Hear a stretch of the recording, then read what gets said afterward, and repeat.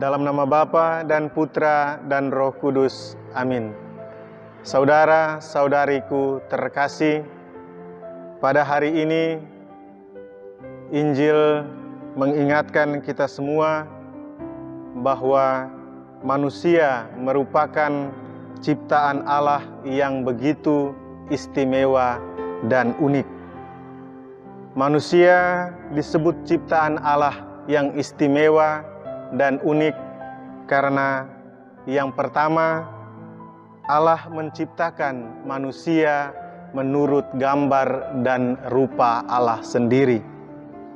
Kedua, karena Allah menciptakan manusia dari debu tanah dan Allah menghembuskan nafas kehidupan kepada manusia.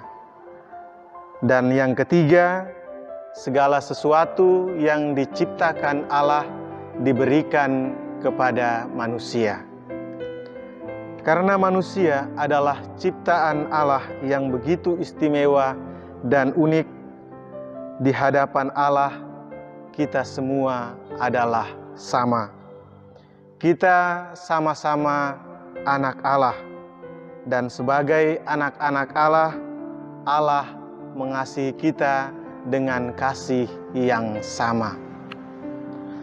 Allah tidak membedakan kita dari status sosial yang kita peroleh di dalam kehidupan kita sehari-hari.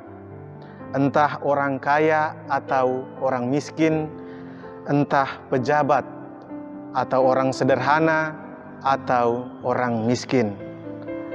Allah tidak membedakan kita dari perbuatan kita, entah sebagai orang benar atau sebagai orang yang tidak benar, entah sebagai orang jahat atau sebagai orang baik. Allah juga tidak membedakan kita berdasarkan suku, ras, agama, ataupun golongan. Saudara-saudariku yang terkasih, adanya perbedaan di antara manusia ini membuat manusia tidak memandang perbedaan itu sebagai sesuatu yang unik. Perbedaan di antara manusia justru sebagai sumber konflik di antara manusia. Manusia saling membenci, saling menghina, saling memusuhi, saling membunuh, dan lain sebagainya. Sebagai ciptaan yang istimewa dan yang unik, Yesus berkata kepada kita semua bahwa kasihilah musuhmu dan berdoalah bagi mereka yang menganiaya kamu, karena dengan demikian kamu menjadi anak-anak Bapamu di surga. Bapak, Ibu, Saudara, dan Saudari terkasih, sebagai anak-anak Bapa di surga, kita harus menyadari bahwa kita adalah ciptaan Allah yang sempurna dan unik, sehingga kita saling mendoakan satu sama lain meskipun orang tersebut adalah orang yang kita benci atau sebagai musuh kita, sehingga kita dapat mengasihi satu sama lain dengan kasih yang sama sebagaimana Allah juga mengasihi kita semua dengan kasih yang sama.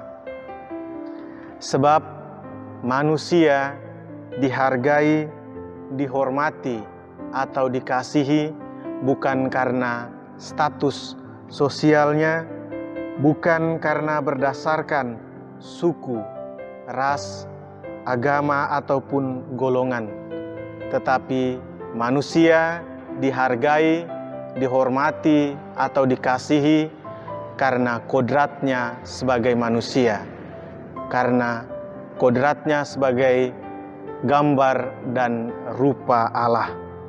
Dengan demikian, kita semua belajar untuk menjadi sempurna sebagaimana Bapa di surga juga sempurna. Amin. Dalam nama Bapa dan Putra dan Roh Kudus. Amin.